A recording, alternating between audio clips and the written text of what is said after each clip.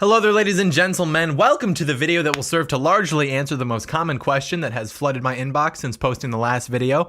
And that question is, what do we do now? So if you haven't watched that video, I'll put a link to it in the description. It's called How We Let America Die.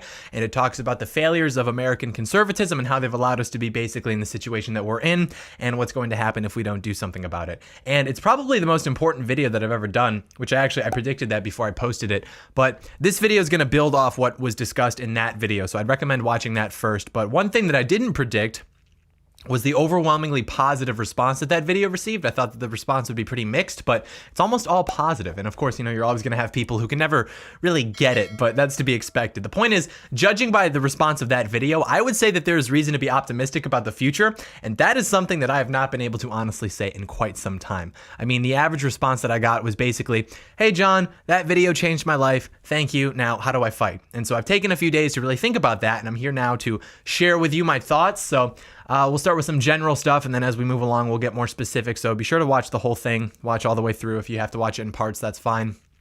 And again, all of this is said out of love, comes from a good place. I'm just trying to help. That's the disclaimer in case I get mad, but I don't think I will. But if you're looking for the video that's going to inspire you to want to take action, that's probably not this video. That's probably part one. This video is more of a guide of how to channel that energy and drive once it's already there. And I have to stress this because I think it's very important. And that is, I'm not claiming to have the correct answers. These are not the answers. These are just my answers because I was asked about it. This is not an organized movement. This is not my movement or something. We can still all fight though, and know our role and do our part. And I have a plan for at least what I'm going to do. I have some ideas about what we can do as well. But basically, I think the best option would be for us to force the GOP to comply to the Make America Great Again, America First agenda by either brute force or by politically purging the party and replacing its members with people who are aligned with our interests. And then once that power exists, we would then use that to cripple the left in the universities, the media, loosen up the libel laws so they can't unjustly ruin people without consequence, things like that. And we'll elaborate on that as we continue. But let me again stress that I do not have the means of doing these things. I do not have nearly the power or the influence or the resources necessary, nor am I claiming that this is even the right move for us. I am simply sharing the answer to, if we can take America back, what's the most likely way for us to do it? And that's what this is all about. And what you'll find out is basically that our problem isn't so much the left, it's the right and the people on the right who actually belong on the left. And there's no quick solution to this. My answers might not be satiating to you if you were very inspired by that last video, but the reality of the situation is that we've got about 60 years of ground to make up for, and that starts one step at a time. But I will tell you right off the bat that really what we need is a new conservative manifesto. We need a new conservative manifesto for the Trump era and beyond. I myself have been outlining various parts of what that would look like, but I'm not married to the idea of it being written by me. That's for a few reasons. Firstly, because I'm not ego invested in this. I don't feel like I have to be the guy that writes it just so I can take the credit for it, because really all that matters is that it's written by the right person. And I think I'd be a good person to do it because I think that I basically have my finger right on the pulse of this generation of conservatives and of the future of the movement. And that's not said in a conceited way I'm the only one that understands these things, but I've read the comments, I've met you guys in person, you write me letters, etc. And for whatever reason, that's basically what I've been told. And I think the reason for that is I'm a pretty transparent and relatable guy. My family doesn't have connections in politics or media. I didn't go to private schools. I had a pretty normal, middle class, Midwestern upbringing. And because of that, I haven't been educated or pampered by the liberal elitist establishment to where I'm out of touch with the American people. And that's why I started doing this in the first place. I was listening to these commentators and these pundits, and I didn't think that they were spending enough time talking about the issues that really matter. And we'll talk about that more as we continue. But yeah, I didn't get into this because I thought that I'd have something to add to the socialism is bad dialogue, or that I had a new take on how centrally planned economies can be proven to be less efficient than market economies, both in theory and in practice. It's like those issues are important, but what we're finding out is that people basically don't care. We might care. I've got those books on my shelf. I think they're quite interesting. But when I drive through my town and I see people out and about, or in the pre-shutdown days where I'd be sitting in a coffee shop, people don't care about that. And why should they care? Our job is not to waste resources making people fluent in economic theory.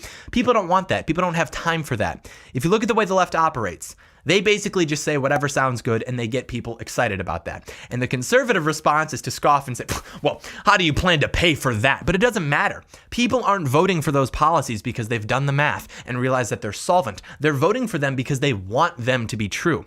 Conservatives fail because we fail to recognize that people are, for the most part, not rational. We are much more influenced by emotions than we are by facts and logic.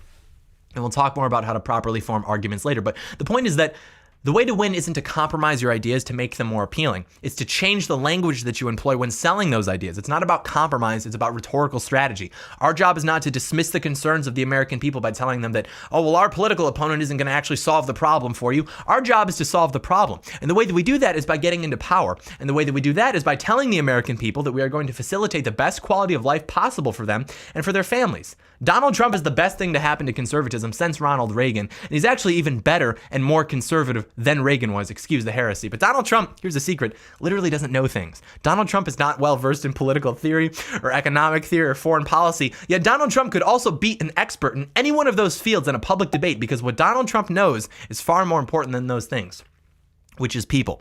Donald Trump understands people. And the public debate is not won by the person who is correct, but rather the person who the public perceives to be correct. So the point of this is to say that being correct, which we are, isn't enough to actually win. You can't just expect people to figure it out for themselves. You have to frame the issues in ways that appeal to people, and you yourself have to be appealing to people. You have to be high energy. This is the difference between Donald Trump and Jeb Bush. Guac Bowl Jeb, part of the Bush family, decades of experience in politics. He's out there low energy, begging people to clap as he recycles the same GOP platform of, oh, taxes should be lower, guns are important. And then Donald Trump comes out there preaching that we're going to make America great again, a recognition of the discontent that many people feel about the direction in which their country has gone. We're going to stop letting other countries take advantage of us. A call for our trade deficits to be balanced out, for our trade policy to put the American people first so that other countries aren't getting rich at our expense. What was that? We're going to bring jobs back. A recognition that we've lost millions of jobs in the name of free trade, which is hollowed out in American towns all throughout the country. Our leaders are stupid. A recognition that people feel as though their leaders don't reflect their interests. Oh, and he also single-handedly destroyed Jeb Bush's campaign. And Jeb Bush, he just couldn't keep up with it. There's that clip of Jeb saying, well, you're never going to become president by insulting your way to the White House. And Trump goes back and he's like, well, let's see. I'm at 42 and you're at 3. And, he keeps going. And Jeb is impotently trying to respond. Doesn't matter. He looks like he's about to cry. And Jeb was completely wrong, because what Jeb Bush failed to recognize, and what like a dozen other Republicans failed to recognize, is that the politics of respect only work if the system deserves respect. And Donald Trump was the only man to understand and capitalize on the fact that the American people don't feel as though the system deserves respect, because it has failed them. And that's because at his core, Donald Trump has always been a New Yorker and a man of the people. He doesn't talk like a politician. He doesn't pretend to be what he isn't. He is completely himself, and he's quite the character, but none of that mattered, because his election represented to the American people a giant middle finger to an establishment that had failed them. And that's what this is all about. It's about taking our country back. But the other reason why I don't think I'm the best person to write this book is because as of right now, I don't have a big enough platform to really make it like impactful. But I think that actually works out well, because a few years down the line, when Trump is out of office, I'll hopefully have a much larger platform and presence within the national political conversation. And we'll need people there to continue the momentum of the movement after Trump, because the establishment GOP is going to want to return to business as usual. So if it lines up that way, then I'll write the book if no one has already written it. And we'll have to time it correctly, because we don't want it to just fizzle out. And that's why the name of this game is really patience and commitment. A lot of people want me to tell them ways for us to fix the country in the next 5 years. That's just not going to happen.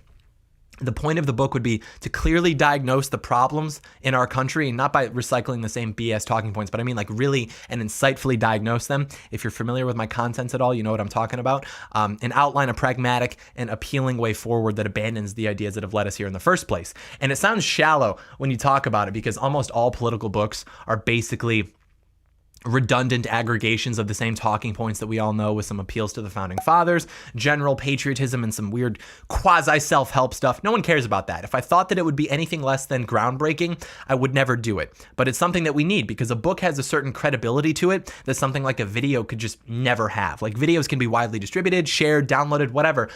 But there's something about a book that is just much more serious and impactful. We need a concise, thorough manifesto from which to operate. Nothing else will provide all the information and the entire context. The point of the book is to appeal to politically oriented people and get them on our side. And judging by how effective that video was, I think it would be extremely effective. I mean, people were telling me that video forced them to politically evolve. So we're not trying to publish this book to get everyone on our side. Such a book doesn't exist and can never exist, but we're trying to get everyone who probably would be on our side to join our side. And then we will use that influence and momentum as a relatively unified, true conservative movement to enact the change that we need to see by actually electing candidates who will bring about the true conservative America First agenda that Donald Trump spearheaded, and basically exiling anyone who refuses to comply. And as we grow and gain momentum, it will be much harder for these never Trump conservatives to keep a seat at the table, both politicians and pundits. These never Trump pundits who are still making money off the excitement that Donald Trump has brought to American conservatism. They will eventually lose relevance as the paradigm of conservative discourse in this country returns to where it should be. And so as you can see, there is no overnight solution to this, so I'm going to answer your questions of what you personally can do to help the movement and to help the cause. And none of this is going to be easy. Something that I say quite often in my videos is that we're all going to have to be comfortable making sacrifices because previous generations basically failed to do so, which is why we're in the position that we're in. And it kind of sucks. We're going to have to make those sacrifices. But in a different sense, there's actually something very noble about it. So the first thing that I want to share with you is a story to kind of frame how we should be thinking about it. And it's from the movie Zulu, which is an old 60s movie based on the conflict between the colonial British and the Zulus in Africa. And this battle in particular, it was the Battle of Rorke's Drift in 1879. And basically the British had suffered major losses. So they were left defending this very small area with less than 150 guys. And about a quarter of them were wounded or disabled. And they were about to go up against like 4,500 Zulu warriors. And they actually end up winning this battle against all odds. But there's a scene in the film adaptation where someone's calling them a fool and yelling at them and telling, oh, you're all about to die. And one of the younger soldiers says to his superior, well, he's right. Why us? Why does it have to be us? And the guy turns back to him and he says, because we're here, lad, and nobody else, just us. And that is 100% the mentality that we have to have, because we can complain, oh, well, this isn't fair. It's too late. We'll never win. Why do I have to do anything about it? It's not fair. Bottom line is that you're here and we're here too. And we know what's wrong and we know what has to be done about it. And that's it. Nobody else is here. The average person is not here, but you are.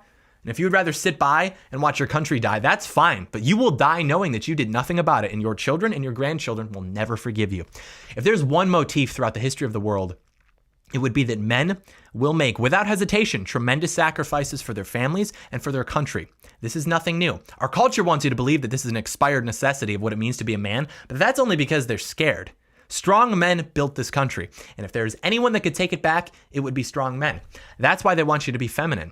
That's why they bully you for masculinity. That's why they put you on medication for talking too much in elementary school. And I don't mean to alienate the women of the audience, but statistically speaking, this audience is about 93% male, and I fundamentally believe it is the duty of men to act. And quite frankly, I also believe that a lot of the reason that women are feeling compelled to step up to the plate right now in the first place is because men have failed so spectacularly in this country. But of course, there are ways for everyone to get involved. But to all of the young men out there watching who don't really feel as though they have an idea of what they want to do with their lives or what their purpose is, let me ask you this. What greater purpose could you possibly have than helping fight to take your country back? And you might say serving God, and that's true. But God is on our side. God is definitely not with the people fighting for unrestricted abortion access and cross-sex hormones for children. And obviously, we're talking about a political battle right now. This is not a call to revolution, but there's really not a substantial difference in the implications of either, or in the consequences of either. And what that means is that we really should be viewing this as a war for our country, with the operative difference being that our enemies are already here, and they've been working against us for decades, and they're winning. But something to keep in mind is that no political battle is truly ever won or lost. It's just a matter of momentum and power. And what that means is that the time to act is now. And it's not too late, but we better get going because the window is only going to shrink further from here. And these are not the answers. These are just my answers. Again, there's a lot of good and brilliant people working on this, many of them behind the scenes, but I was asked to give my take on it, so I will. And I'm not going to tell you everything that's planned because obviously we don't want to tell the enemy what our plan is. We don't want to put that out there. But when the time comes, you will know because, if we announce the plans before we can act on them, which we can't right now for the most part, they'll be prepared to defend against them and then it'll go to waste. These are things that would be discussed in the book when the time comes or even behind the scenes because the masses don't need to know. The masses don't need to know everything. And that's not because they're not smart enough or good enough to be in the know. It's just because it's impossible to operate effectively if you have to keep tens of millions of people in the loop with everything that you're doing.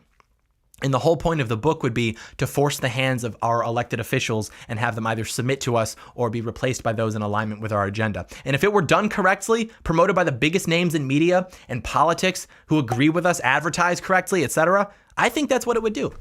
All we would really have to do is facilitate what's best for the family, which on the macro scale then facilitates what's best for the society. And that's how we win. People are much less concerned with these petty appeals to different interest groups because by the end of the day, or at the end of the day, we all have, or very likely will have, families to provide for. And no one is seriously making an appeal to that. Not on the right because we're basically stupid for reasons I've already gone over. And not on the left because the left doesn't care about the family unit. They actually would like to abolish it because They want the government to be the absolute power in society. Marx wrote about this. They still write about this today. And also, to assert something like the family as good would mean that they are asserting something as objectively true, which would necessarily exclude people. And they're not looking to do that. I mean, the family in itself is also an acknowledgement of biological roles, which the left rejects, which is why typically when you hear their versions of positions that are supposed to appeal to the family, they're mainly going over how rich people are bad, healthcare companies are bad, capitalism is bad. They're very willing to say that these things are bad. They're much less willing to say the truth, which is that the family in itself is good and it ought to be preserved, and the society ought to be oriented towards whatever gives it the best chance of prosperity. We win by appealing to the independents in middle America, and the strategy is not to do that by compromising our beliefs, but by focusing on the issues that actually matter.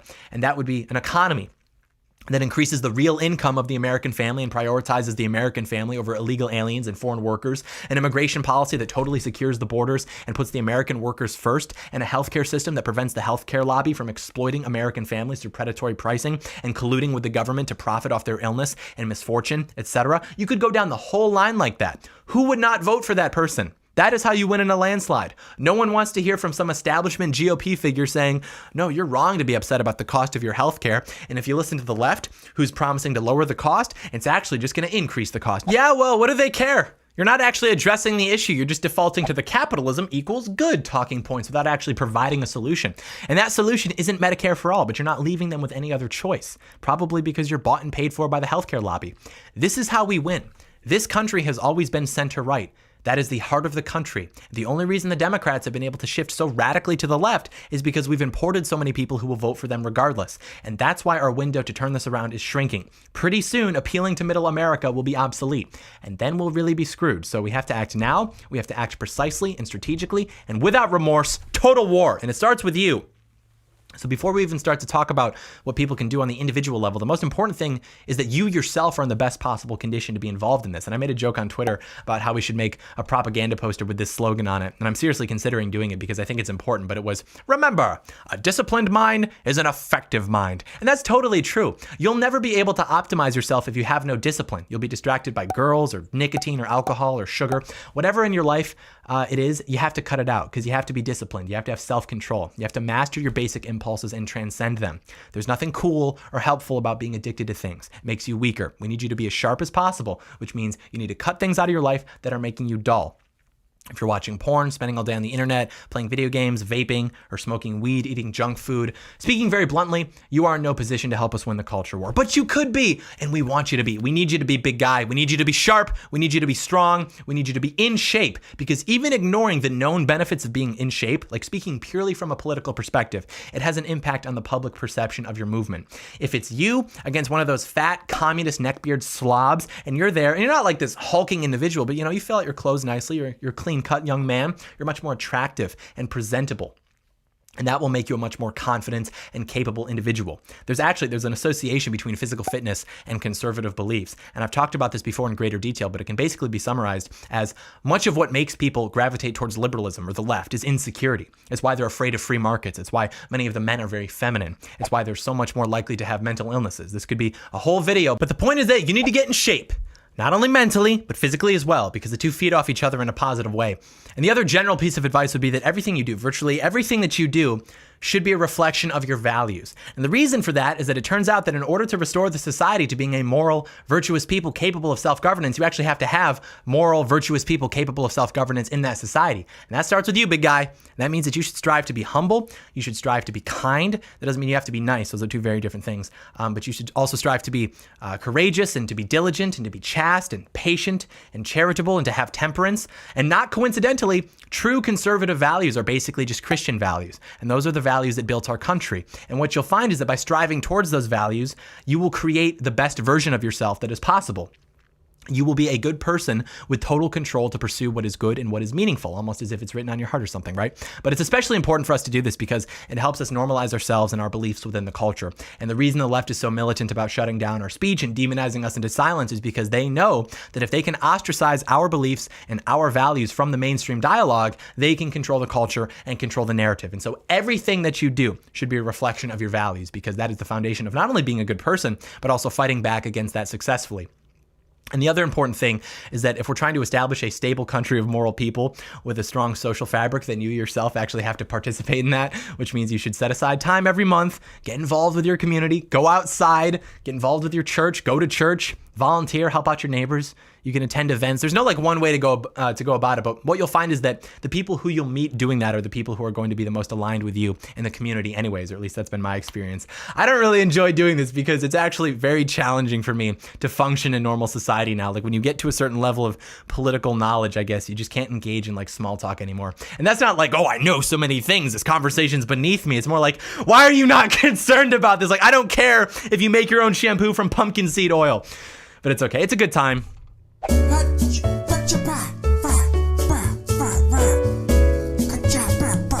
Okay, we're back. I have a few more things I want to share before we break off into the direct action versus indirect action part. And the first one is that you have to stop apologizing. Stop apologizing. When the left insults you, they call you a racist or a sexist or whatever, the correct response is not, oh, really? How am I a racist? Because you're thinking to yourself like, oh, I know I'm not a racist, and now I get to beat them in a debate about whether I'm a racist. And it's like, maybe you're not a racist, but you're at least notably stupid, because by responding like that, you have now dignified the insult. You have willingly put yourself on the defense. And the instant that you do that, you lose. So never apologize, never kneel, never respond to accusations like that with anything other than something to the effect of go F yourself. And then that's the end of the conversation. That's the only way that you win. If you engage in a debate about whether you're a racist, you lose. If you get into an insult match with them, you lose. Tell them to F off and walk away. After that, you have to stop being intimidated. Stop being intimidated by these people. These people are weak. They're mosquitoes. Stop keeping your head down whenever people speak poorly about President Trump. Stop allowing their voice to dominate the cultural narrative, and stop pretending that you're doing it, oh, I'm just trying to avoid conflict. Because that's just a rationalization. That's a cope. You're trying to rationalize your cowardice. Oh, never do. This is the worst. Never compromise on your beliefs to receive adulation from the left, or so they just won't eat you, or they'll eat you last. Never betray yourself and your values for people who would eat you otherwise. Speak up, and even give yourself some wiggle room. Go about 10% more extreme than you actually are, just to get the point across. Because every time you let a leftist or a liberal get away with saying something stupid, something that you know is wrong, bear in mind that someone might have heard that and think, oh yeah, that makes sense. That's how people get indoctrinated. They're told these things by their professors, by their celebrities. These ideas are never challenged, so they just believe them to be true and they conform to them. We don't have the luxury of avoiding that conflict anymore. Previous generations spent a bit too much time getting high and listening to Led Zeppelin 4, so now we're going to have to make up for that. And the next one, very significant, you cannot be afraid to lose people. Don't be afraid to lose friends or even family members over this. And that doesn't mean that you should be the one to sever the ties, like, oh, you don't agree with me? Bye. But it does mean that if you have people in your life who are willing to cut you off because of a political difference, don't ever lower yourself and beg for them to stay in your life, or lie about your beliefs so they continue to grace you with their presence. Never sell yourself out, because no one in your life that would ever cut you off because of a political disagreement actually cared about you in the first place, ever. And that's a hard pill to swallow, but it's true. If they're willing to throw out the entire relationship because of something like that, you should be too, because it was obviously worthless. The greatest decision I've ever made was to become outspokenly political. Like, sure, I made myself the most hated person at my high school, but I thrived on it because I know that I might not have as many friends anymore. #2friendsgang. But I have integrity. And that's the problem. People don't have integrity. That's why high school friendships don't last. You're afraid to deviate from the social norm. So no one really knows who you are, what makes you different. And as a result, no one really cares about you. You're just like everybody else. So you're easily replaceable. It's not possible to care about someone who doesn't have integrity, because if you care about someone with no integrity, the version of them that you care about isn't actually who they are. Therefore, you don't actually care about them. You care about the version of themselves that they have displayed. If you are afraid to lose friends or family members over political differences, ask yourself, how close were you actually with that person? Is someone who would put your relationship on the line over a political dispute really worth keeping in your life? That's the thing though, because every argument with them is reduced to morality. So it isn't in their view that you just disagree on policy, it's that you've proven yourself to be morally reprehensible, and because of that, they probably want you to be hanged, drawn, and quartered. And you might be thinking to yourself, well, I don't want to start any trouble. Well, I just don't want to cause any problems. You know what you're doing? You're disguising your cowardice as a virtue to minimize your anxiety. Don't do that. If they're spewing their opinions, you're entitled to chime in. And if that's a problem, then it's their fault and not yours. Don't let them use emotional leverage. You deserve people in your life who care about you for who you are. And that aside, let's not pretend that they're the ones with morality on their side. And the last thing that's important in general is that you're educating yourself. You're listening to commentators and keeping up with the news. But most importantly, in my opinion, is that you're reading books. This is extremely important, and it's why I have a list of book recommendations on my website. that gets updated with 4 new books every 2 weeks. And it's not just the conservative classics or whatever. I mean, some of them are pretty broad and surface level, but they get pretty specific and esoteric too. I just kind of pick from my library, which is really just an archipelago of piles on the floor. But that aside, it's of great importance. And if you think you don't have time to read, chances are you're lying to yourself. I mean, think about how much time you spend on your phone every day or watching TV, etc. You have time to read. You can manage a chapter a day. And a lot of what intimidates people about reading is just that it requires focus. And our attention spans have been so diluted by technology that it's difficult for people to really sit still and focus on something like a book. But there are more interesting and brilliant books out there than you'll ever be able to read. You will die knowing that there are things that you never got to know about. So get to it, because once you get into the habit of it, it's actually pretty fun. And it makes you a more interesting person. Most people have nothing insightful to say about anything. You can separate yourself from them by reading books. And I'm not talking about the mainstream books that you'll find at Target or the airport. Those are basically for people who want to feel educated and insightful. Those are garbage. Very little in my archipelago or on my website could ever be purchased at either of those locations, because I'm above that. And you are too, so act like it.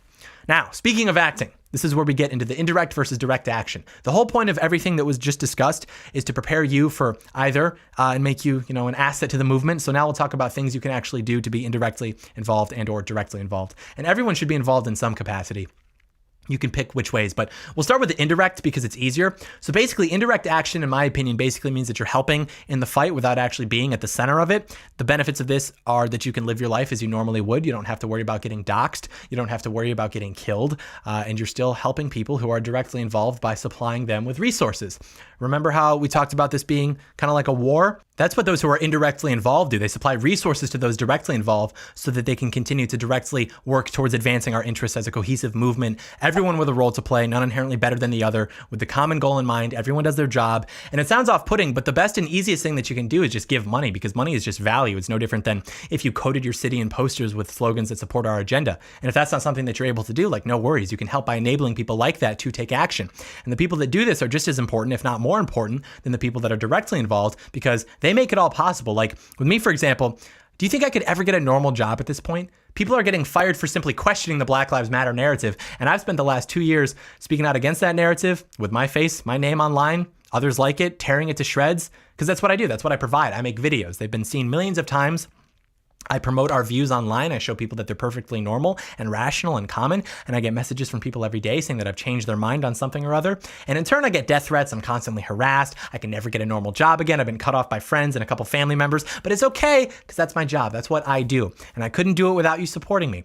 I do this so that the guy working at a job he wants to keep, who will get fired if he speaks his mind, doesn't have to. And in turn, that guy throws me $4 a month. It's mutually beneficial. One side cannot exist without the other. If no one's on the front lines, we make no progress. But if no one is helping those guys on the front lines, then we make no progress. Everyone has a role to play. Everyone does their job. And like I said earlier, this isn't necessarily an organized movement, but this is a movement that's building momentum. And so if you want to help build that momentum, I would recommend giving to, in no particular order, Gun Owners of America, which is a gun lobby that actually does what the NRA pretends to do. Family Research Council, which is an organization that works towards the interests of American families and also the values that we mentioned earlier. There's the American Family Association, which basically does the same thing. National Right to Life as well. Then for immigration, there's FAIR, CIS, and Numbers USA. Judicial Watch does good work. And I'd also say it's important to support those working in independent media.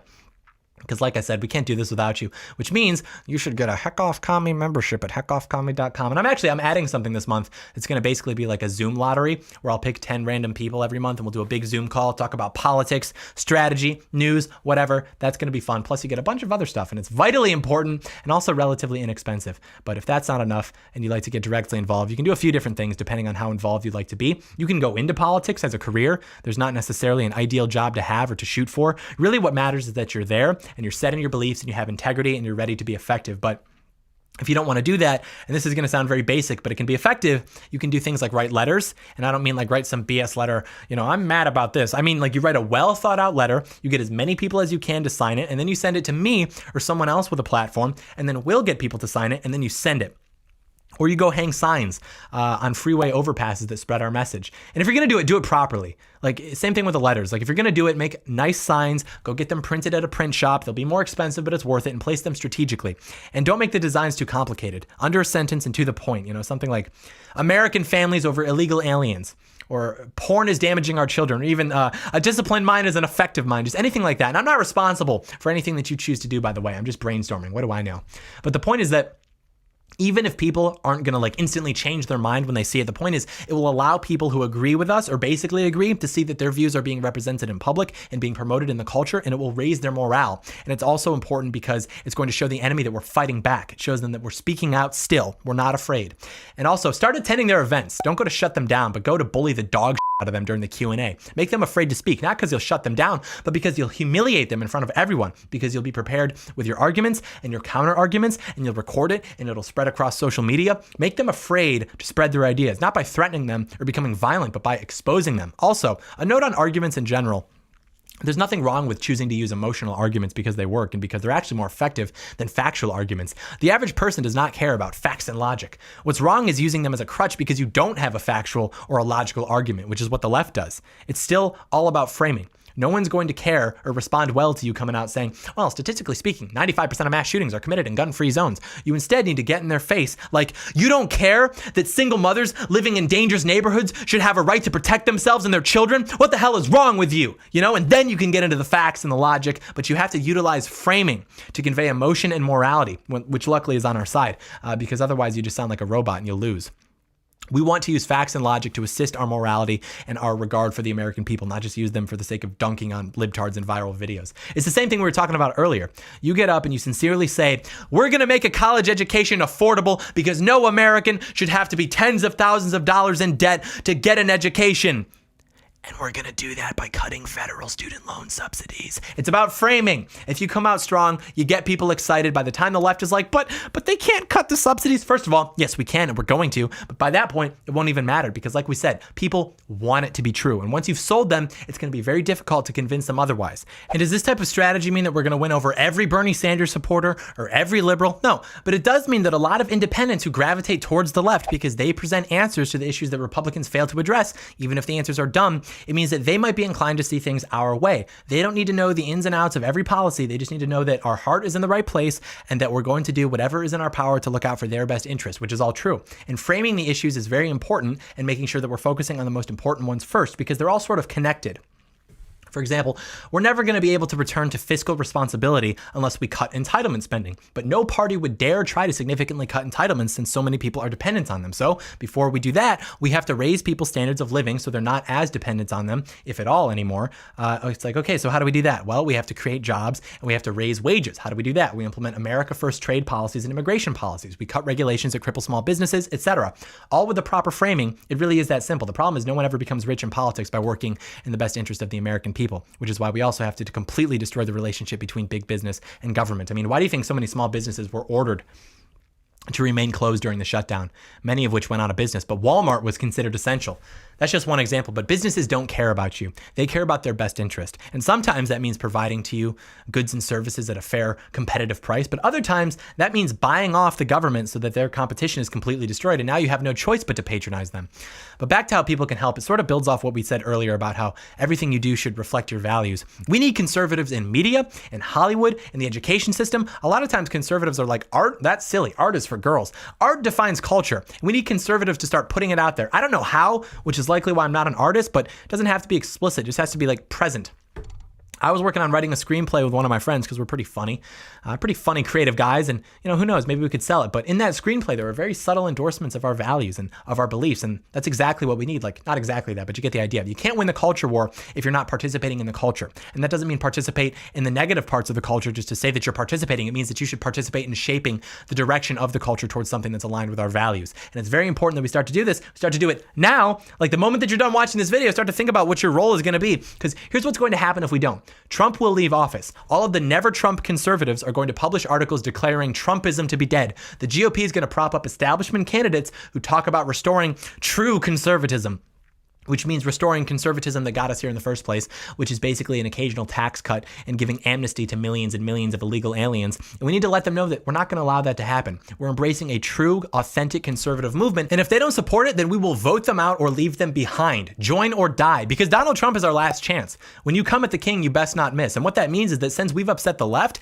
and the entire Washington establishment and the elites and big business by electing Donald Trump, if Donald Trump can't seriously make changes or at least get us on the right track, then when he's gone, the pendulum's going to swing hard in the other direction. So hard, we're not even going to know what hit us. From that point, I don't know what we're going to do. I mean, why do you think they hate Donald Trump? Why him? of all people? Why does the left hate him more than anyone? And why does the Republican establishment still dislike and try to subvert Donald Trump? Why? It's because he's actually conservative. It's because he actually has our interests at heart, and that threatens the established power in this country, and they don't like that. They would much rather have you believe that your choices are between the radical left and the increasingly liberal Republican Party. But it doesn't have to be that way. We can still take the reins back. Donald Trump won because he appeals to middle America.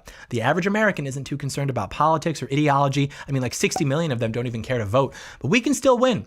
And when we win, we're going to use our power and our influence to crush the left. We are going to cripple the media. We are going to cripple the universities. And that doesn't mean, oh, we're going to get the government to shut them down. It just means that we're going to enforce laws that already exist, and we're going to revoke special privileges and stop propping them up and the destruction of our country as a result. We're going to bring American education back to education that's actually American. We're going to destroy their ability to brainwash our kids, and we're going to start playing like we want to win. How do we take the country back? I don't know. Without asking nicely, probably. But like we said, this doesn't happen overnight. If we can force the hand of the GOP and actually elect people who are conservative, if we can like organize and get people to vote against incumbent fake conservatives in favor of actual conservatives, then things can actually be accomplished. That's our problem. Our problem isn't the left. Our problem is the right and the people on the right pretending that they belong there. And this might seem like an impossible task. Maybe it seems impossible. I don't know. But ultimately, it's up to you. Like, all significant change throughout history, it starts with individuals and then groups and then masses, etc. We are in a war for the future of our country, and you can either join us or you can do nothing, which means that you've chosen to join them in your apathy or laziness. And maybe we lose, but I would much rather personally spend my life fighting for something that matters and losing than I would allowing something that matters to just die in front of me while I focus on things that are less important because I've convinced myself that there was no chance anyway. So starts with you. Hey guys, thanks for sticking around to the end of the video. Another long one, but hope you got an idea of how you can help in the fight to take our country back. And you know, one thing you could do, or a few things you could do that's broadly speaking one big umbrella of things, well, you could leave a like on the video. You could subscribe to the channel. You could share the video with your friends. You could leave a comment with your thoughts, and you can turn on post notifications. That would get us like 60% of the way there. 100% is we take our country back. Doing those things is like 60%. I've done the math. I've stayed up. I've run the numbers. I can send them to you later if you would like. Anyways, thank you so much for watching, and may God bless America.